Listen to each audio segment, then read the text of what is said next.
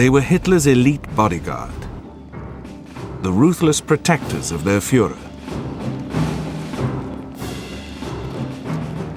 But the Nazi regime's most loyal servants were also among the most feared gladiators of World War II.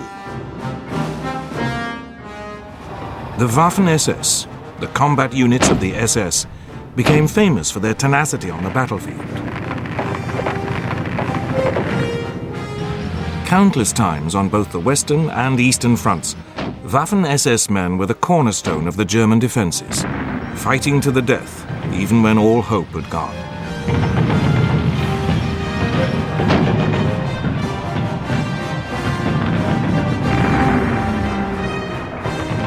They were respected by their enemies for their fanatical courage, but feared for their barbarity. Survivors of the Waffen SS insist that they were just soldiers doing their duty. Es gingen wohl Gerüchte es gibt KZs und das war auch allgemein bekannt. Aber dass in den KZs so Furchtbares passierte unter dem Namen SS, aber das hat nichts mit der Waffen-SS zu tun. Wir waren Soldaten, ganz einfache Soldaten. Many of the evil crimes which made the name of the SS notorious were indeed carried out by other parts of the organization. The Gestapo, the concentration camp guards, and the extermination squads. But what cannot be denied is that the Waffen-SS was responsible for some of the most appalling atrocities of the war. One of the most notorious was the utter destruction of the French village of Oradour and the massacre of 648 of its inhabitants in June 1944. Yet even today, the veterans refuse to accept that such things happened.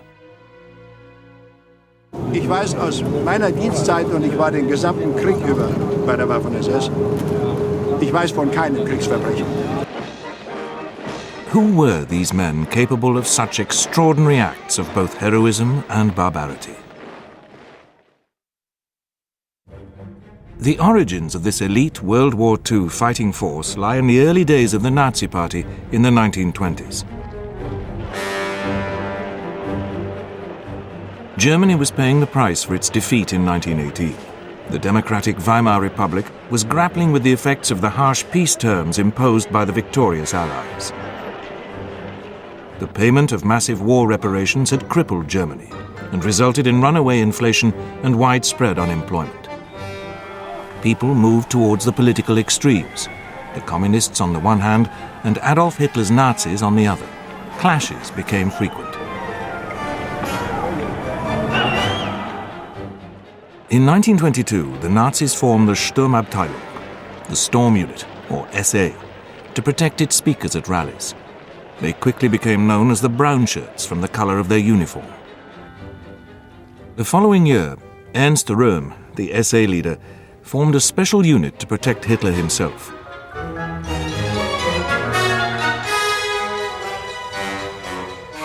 This was recognizable by the black caps worn by its members.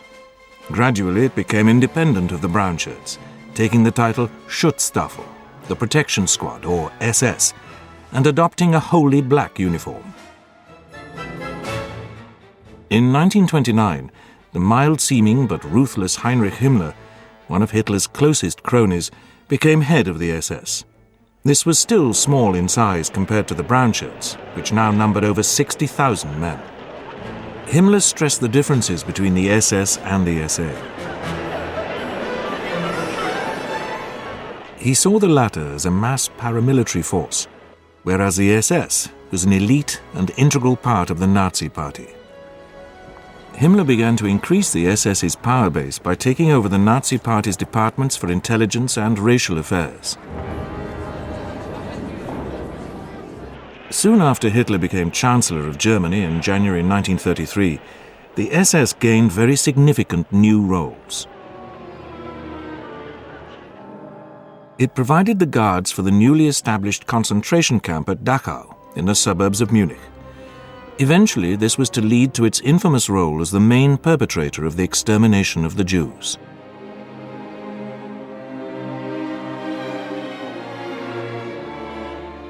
In 1936, the SS also took over the Gestapo, the secret state police which had been founded in 1933 by Hermann Göring. This meant that Himmler now had all the organs of political policing and terror under his direct control. Alongside these developments, the new Führer also ordered the formation of a special SS unit which was to be called the SS Leibstandarte Adolf Hitler. This would eventually grow into the Waffen, or Armed SS. The Leibstandarte was to be Hitler's personal household guard, on duty at the Reichschancellery and at the Führer's mountain retreat at Berchtesgaden in the Bavarian Alps.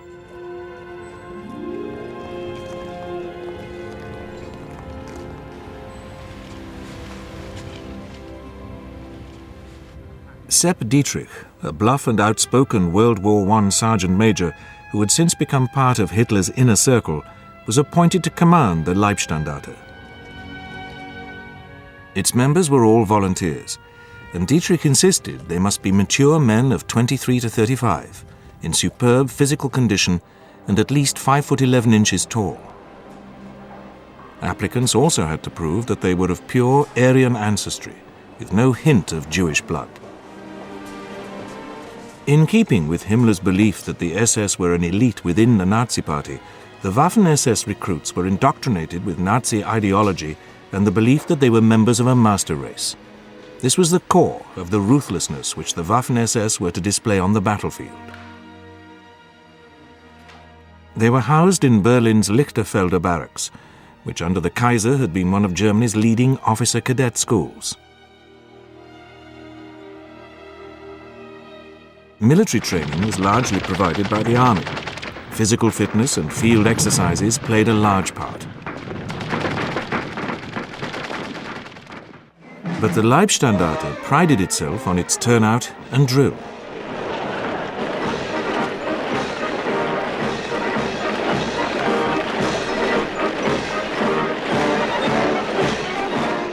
Other units of the SS soon jeeringly referred to its members as the asphalt soldiers.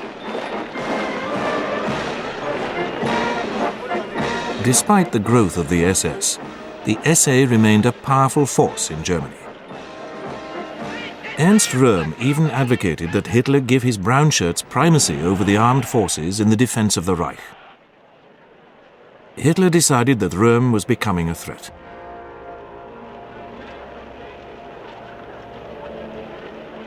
Early on the 30th of June 1934, he flew to Munich.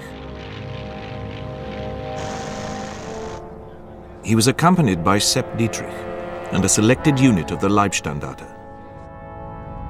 Hitler went on to arrest Röhm and several of his cronies at a lakeside resort, while Dietrich carried out further arrests in Munich itself.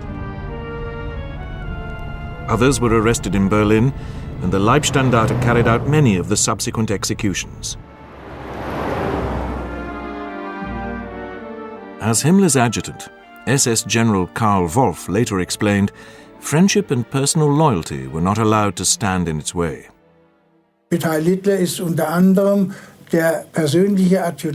Among others, a charming fellow, Count von Spreti, Röhm's personal adjutant.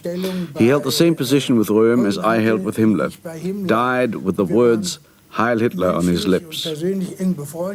We were close personal friends. We often dined together in Berlin. He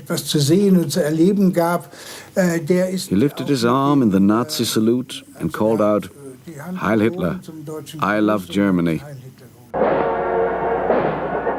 The Leibstandarte's ruthlessness and total loyalty to Hitler were now proven. Its reward would not be long in coming.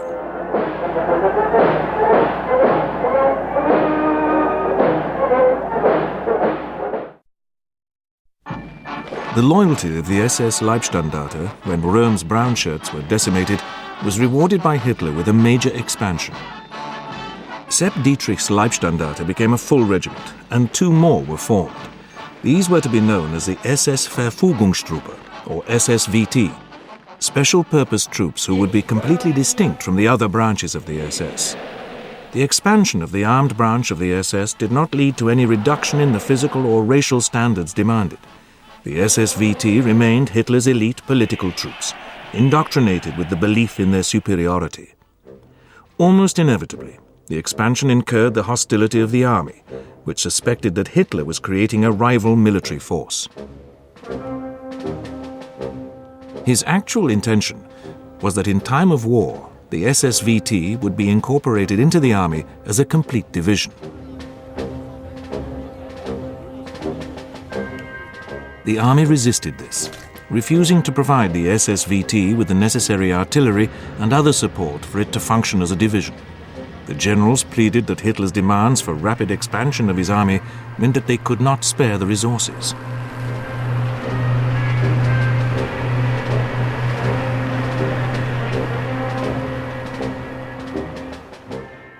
Nevertheless, the army did help the SSVT with its training.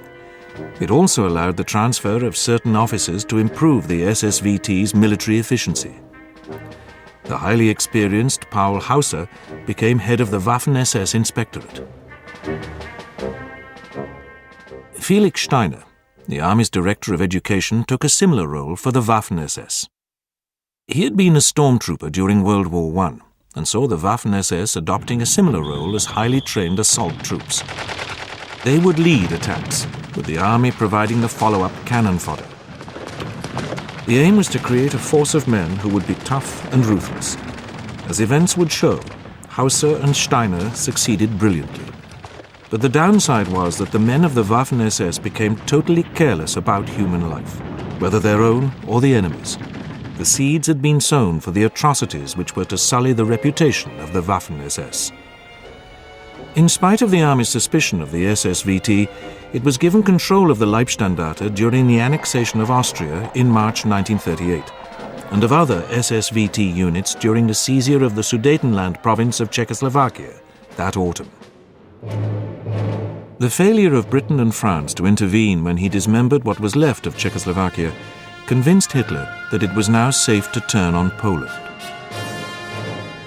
The SSVT was about to have its first real taste of combat.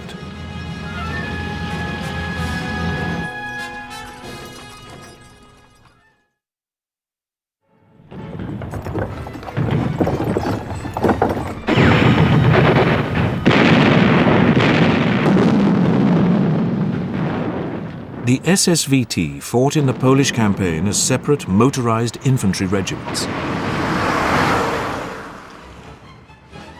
Hitler took particular interest in the progress of Sepp Dietrich and the Leibstandarte, daily marking Sepp on his map in the Chancellery. Yet in spite of the lightning German victory over Poland, the army felt that the performance of the SSVT left much to be desired. Its units lacked fire discipline and were careless with casualties. It also showed an ominous tendency to torch villages and brutalize civilians.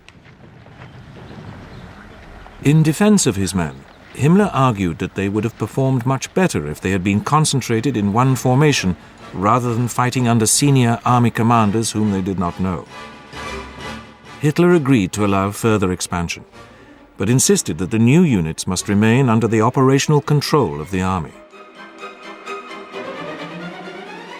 While the Leibstandarte remained an independent regiment, the others were combined into a separate division. A second division was created by volunteers from the police, and a third from the units originally created to guard the Nazi concentration camps. This was known as the SS Totenkopf, or Death's Head Division. Its commander, Theodor Eicke, had been the commandant of Dachau and was notorious for his brutality. The enlarged SSVT was also given a new title. In March 1940, it became the Waffen, or Armed SS, confirming it as a separate element of Germany's armed forces.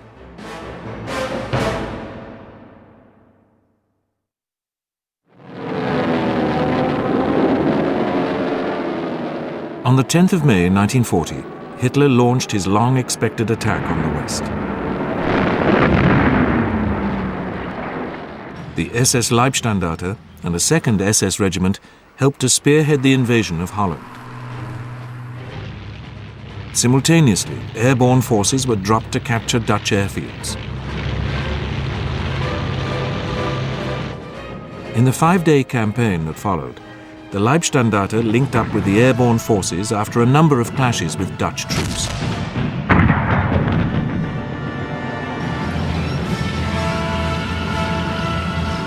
There was, however, an unfortunate incident in Rotterdam when the airborne commander, General Kertstudent, was wounded. He suspected that it had been a trigger-happy SS man, although the Leibstandarte strenuously denied it. The Waffen-SS did not take part in the thrust by the panzers through the wooded Ardennes and across the River Meuse.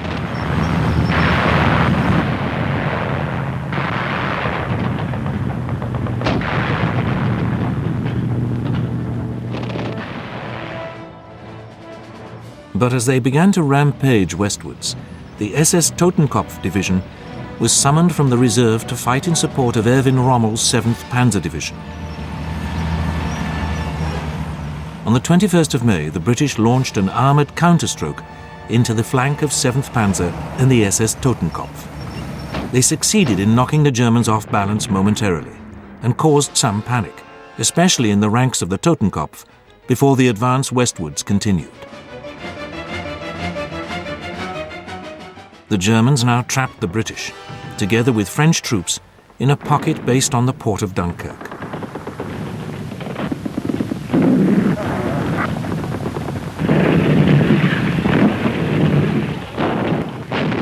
The SS Leibstandarte joined in the fighting to reduce the perimeter. It met stiff British resistance, especially from the village of Wormhout.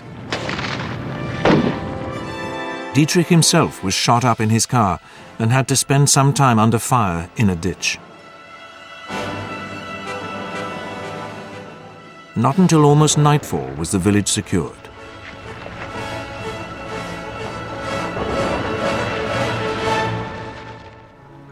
The Leibstandarte captured a number of British soldiers. Some 90 of them were herded into a barn. One of the few survivors describes what happened next. Started taking us out in fives. I was in the second five, and we had to turn our backs to them. And because I got shot there, when I come to, well, I crawled back into the barn. The Germans came back and they started all over again, and the boys behind me, they fell over, they got blown over on top of me, and by luck, I only got hit in the knee. It was one of the first documented examples of the behavior for which the Waffen-SS was to become notorious. Theodor Eicher's Totenkopf was also guilty of massacring prisoners, this time at a village called Le Paradis, when they murdered almost 100 British soldiers.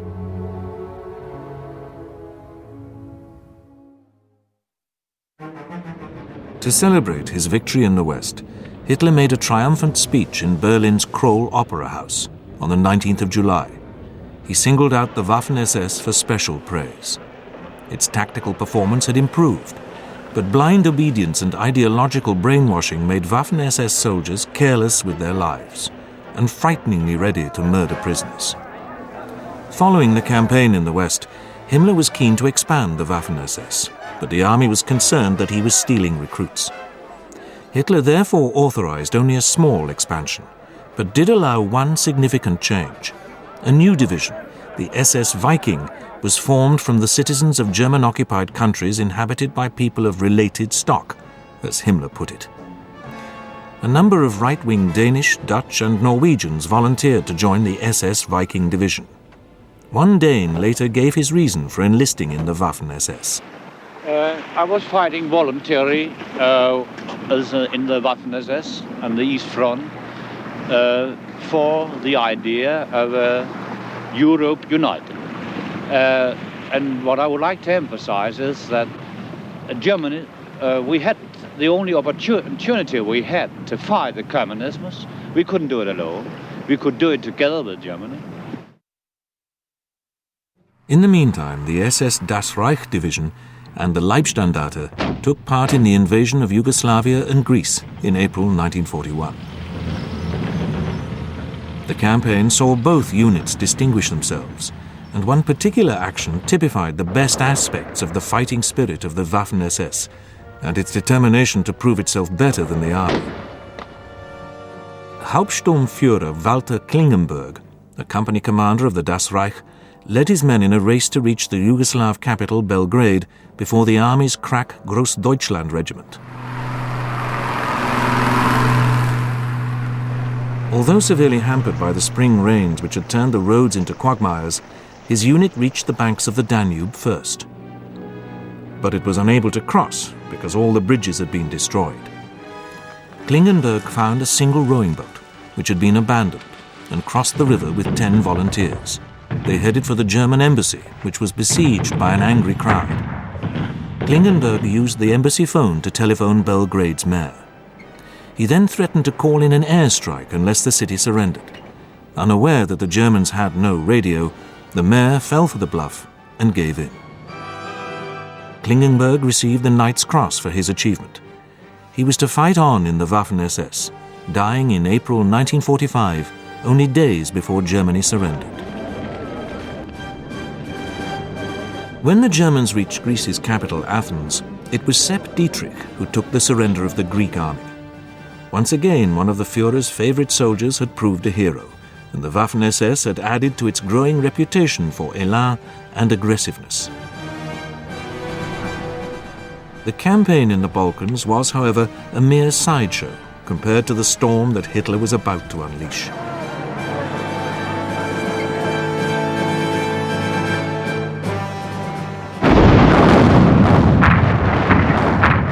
On the 22nd of June 1941, he launched Operation Barbarossa, the invasion of Soviet Russia.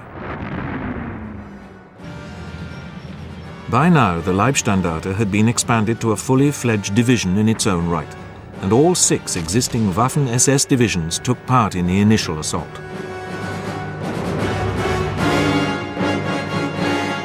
It was now that ideology came into play.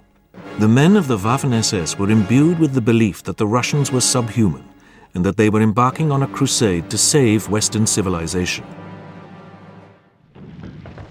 This gave the Waffen-SS a new, ruthless determination to achieve victory at whatever cost.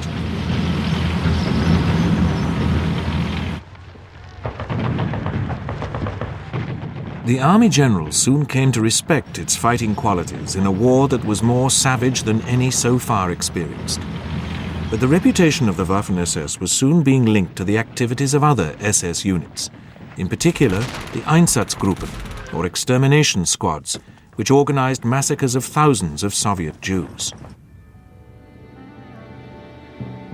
What was seen as a crusade against communism encouraged further volunteers from both occupied Eastern and Western Europe to enlist in the Waffen-SS.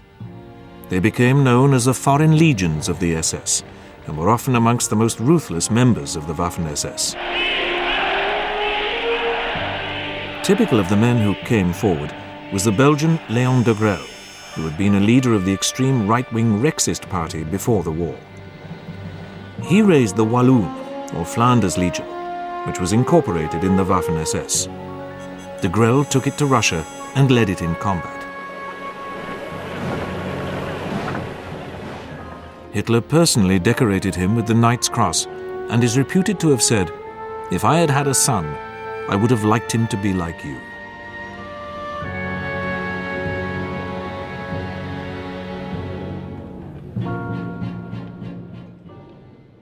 The Waffen-SS proved itself during the grim battles of winter 1941-42 through its ability to stand and fight. That spring, 3 divisions, Leibstandarte, Totenkopf and Das Reich, were withdrawn to the west to refit and be converted to Panzer Grenadier divisions through the addition of tanks. Formed into the SS Panzer Corps, Himmler ensured that these divisions received the best equipment and were larger than the equivalent army divisions.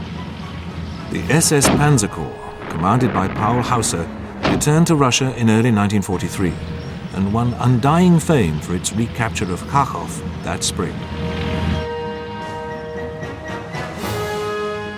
Sepp Dietrich, in particular, distinguished himself. Hitler awarded him the swords to his Knight's Cross and gave him a gift of 1 million marks. By now, the Waffen-SS had become a formidable fighting force, notorious for its willingness to fight to the death. Army commanders employed it as their fire brigade. They sent its divisions to the most critical points on the battlefield with every confidence that the SS soldiers would tip the scales. While unquestioning obedience remained the cornerstone of the Waffen-SS, relations between officers and men were less formal than in the army, with much more emphasis on mutual respect. But the ruthlessness that characterized Hitler's ideological soldiers became increasingly apparent. They gave little quarter in the ever more bitter battles on the Eastern Front. In turn, the men of the Waffen-SS knew that they could expect little mercy if captured by the Russians. This increased their resolve never to surrender as the carnage continued. No Waffen-SS units were involved in the disaster at Stalingrad in early 1943, when an entire German army was surrounded and forced to surrender.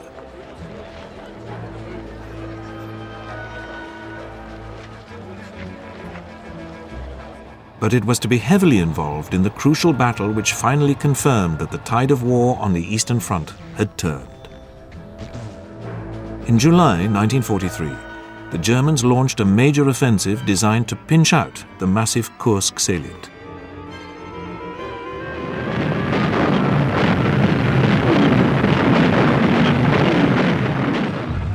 The Waffen-SS had been expanded to 4 corps, some 12 divisions, and most of these took part in what was to become one of the largest and most bitter tank battles in history.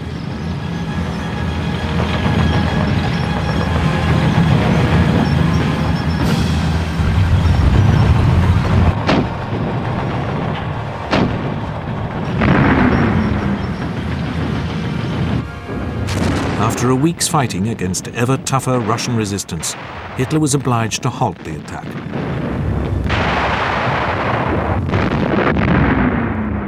Thereafter, the Germans were forced onto the defensive as the Red Army steamroller began the liberation of Western Russia.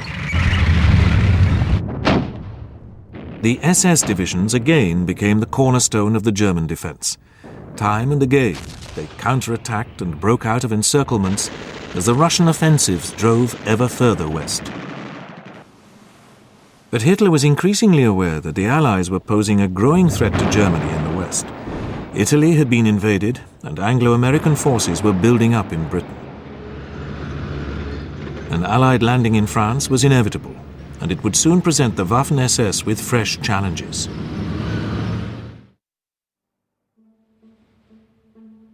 In the spring of 1944, the German forces in France and the Low Countries stood waiting for the Anglo-American assault.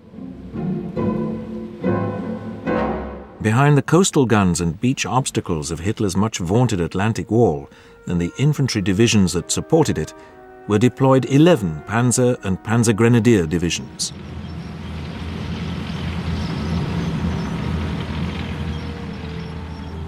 Four of these formations were Waffen-SS divisions. In southern France was the Das Reich, and in the Loire Valley, 17th SS Panzer Grenadier Division. The Leibstandarte was in Belgium, refitting after bitter fighting on the Eastern Front, and west of Paris, the recently formed 12th SS Panzer Division Hitler Jugend. As its name suggests, the Hitler Youth Division consisted of 17 and 18-year-old members of the Hitler Youth, stiffened by combat-experienced officers and NCOs.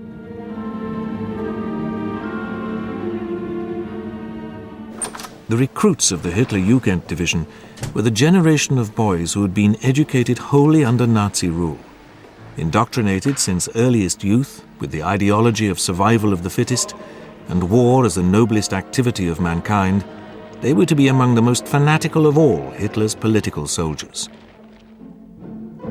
Sepp Dietrich's 1st SS Panzer Corps commanded 3 of the 4 divisions.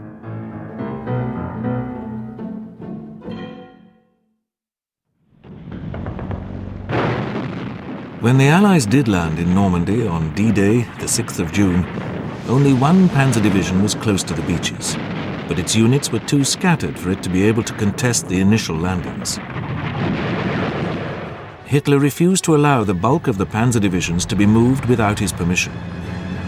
The Führer slept late, and no one dared wake him, so it was not until the afternoon that the Hitlerjugend began to deploy. Its troops began to come into action on the evening of D+1. But rather than being able to mount a decisive counterattack to drive the Allies back into the sea, the Hitler Youth found themselves fighting a desperate defensive battle.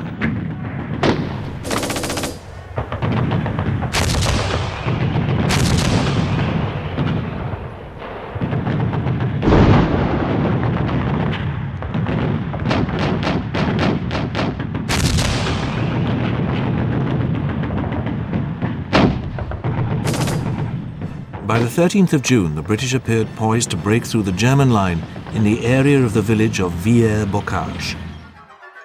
It was then that SS Lieutenant Michael Wittmann, who had already won the Knight's Cross in Russia, performed a feat which became a legend of the fighting style of the Waffen-SS.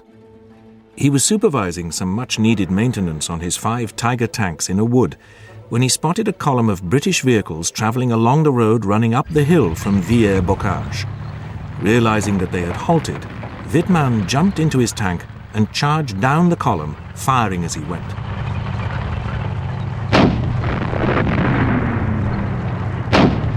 Within a matter of a few minutes, he had knocked out 25 British vehicles.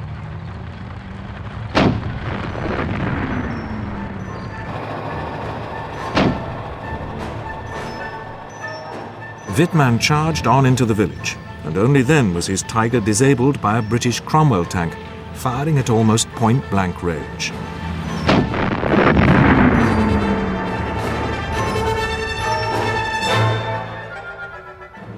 Wittmann and his crew managed to escape. Their action single-handedly brought the British attack to a halt.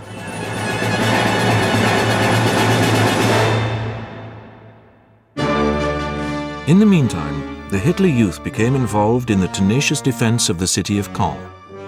Time and again, they frustrated British and Canadian efforts to break through.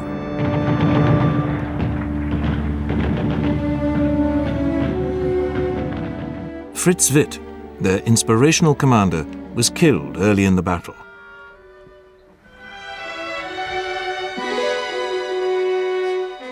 His place was taken by Kurt Meyer, a founder member of the Leibstandarte, who was known as Panzer Meyer because of his dashing exploits in Greece and Russia.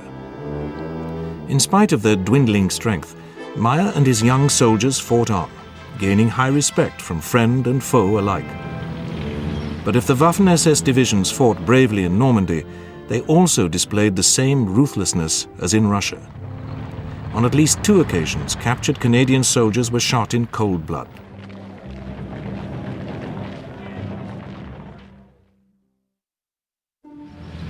The SS Das Reich Panzer Division committed an even worse atrocity during its move to Normandy from the south of France. It was forced to travel by road because of the Allied destruction of the rail system.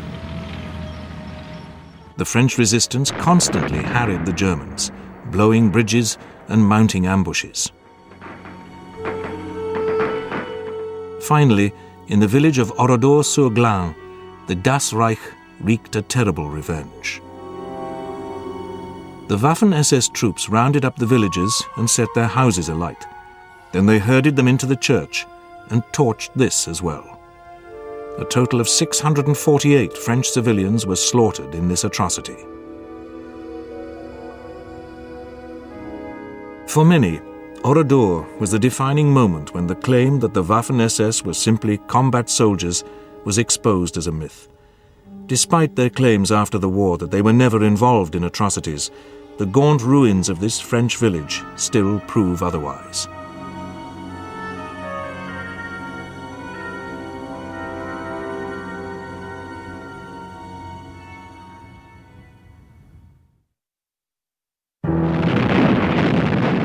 Even though a further SS Panzer Corps reached Normandy, the Germans did eventually buckle under the remorseless Allied pressure.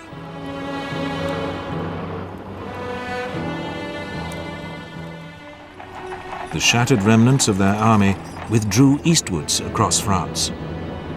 By that time, many of the leading Waffen-SS commanders had become casualties. Panzer Meyer had been wounded and captured. Michael Wittmann, the hero of Villers-Bocage, was dead.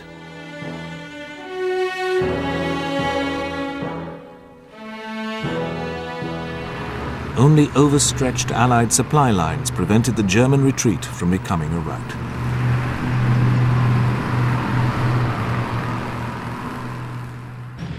By the end of the first week of September, the Allied advance had come to a virtual halt.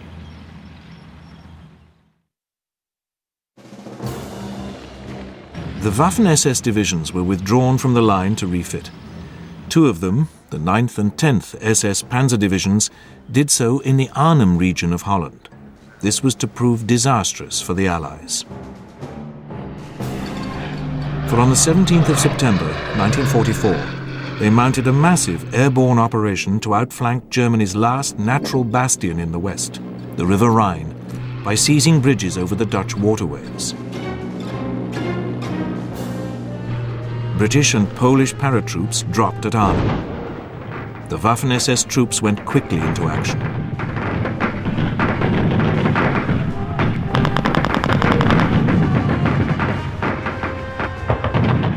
During the bitter, week-long struggle that followed, they gradually tightened their grip on the embattled paratroops, eventually forcing them to surrender. But by now, Hitler was preparing his own audacious gamble against the Western Allies. This was a massive counter-offensive in the west through the Ardennes region of Belgium and designed to split the British from the Americans. Spearheading the attack would be two panzer armies, one of them commanded by Sepp Dietrich, which consisted largely of Waffen-SS divisions. The offensive opened on the 16th of December 1944.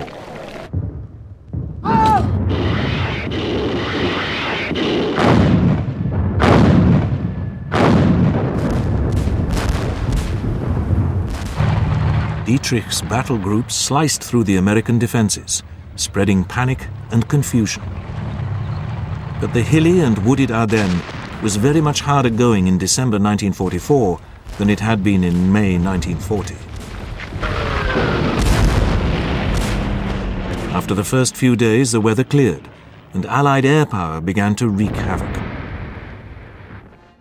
In increasingly difficult conditions, the German advance slowed, and one battle group after another ground to a halt. It was now that the worst side of the Waffen-SS again became apparent. Joachim Peiper, one of its most fanatical and aggressive young officers, was commanding the battle group which advanced furthest west. It left a trail of atrocities in its wake. Peiper's men murdered unarmed Belgian civilians. Near the village of Malmedy, they ambushed a US artillery observation battalion, which thought that it was well inside friendly territory.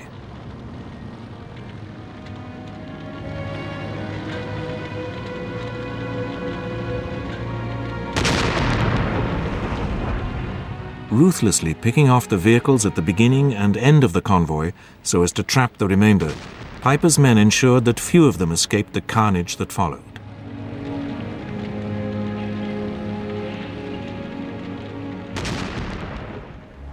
Many of those Americans made prisoner were marched into a field and shot in cold blood. It was an atrocity which would come back to haunt the Waffen-SS.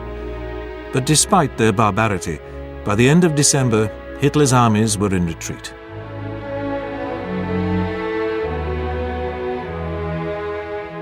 His final gamble in the West had failed, and he was forced to turn once more to the east, where the Red Army was poised to advance onto German soil. The final act of the drama of the Waffen-SS and the regime they served so loyally was about to be played out.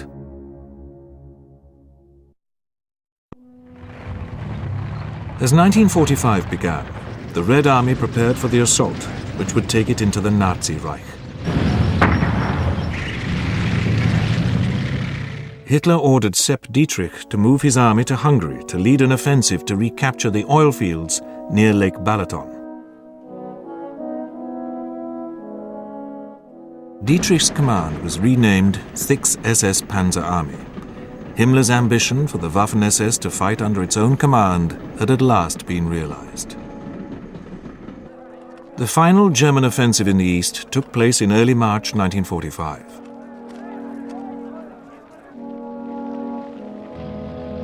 Dietrich's SS Panzer Army and the German 6th Army, which was also taking part, struggled forward in the snow and mud against increasing Russian resistance.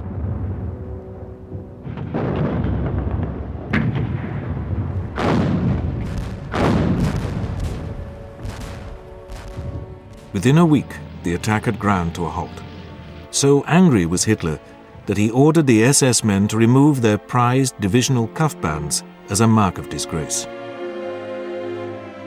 But true to their motto, "My honor is my loyalty," the Waffen-SS divisions continued to fight on as the Russians and Western allies squeezed the Third Reich ever tighter.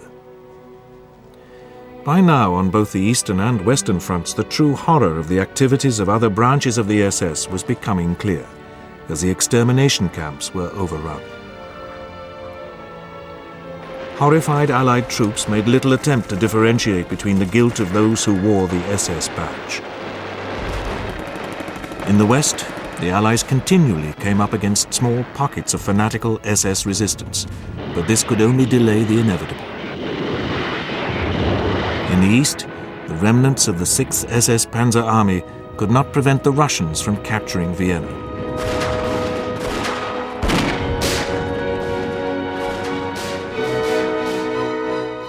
There remained the final prize, Berlin. The Russian assault on the German capital began on the 16th of April. Within a week, fighting was taking place in the city itself. Among the elements defending Berlin were French and Latvian SS troops. Hitler still hoped that his Waffen-SS could weave a miracle and rescue him, but he was now living in total fantasy. The German garrison finally surrendered on the 2nd of May, 2 days after Hitler had taken his own life.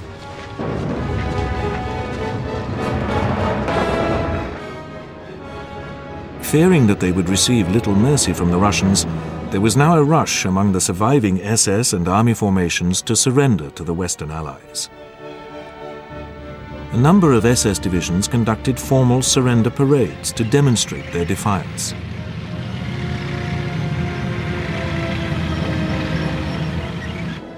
Because of the vast catalogue of crimes against humanity committed by the SS as a whole, and the war crimes of particular units of the Waffen-SS, all SS men were rounded up for special interrogation. Many tried to disguise themselves, but the giveaway was their SS number tattooed under the arm, which could not be easily hidden. Some Waffen-SS men eventually found themselves on trial, and some paid the ultimate price for their crimes.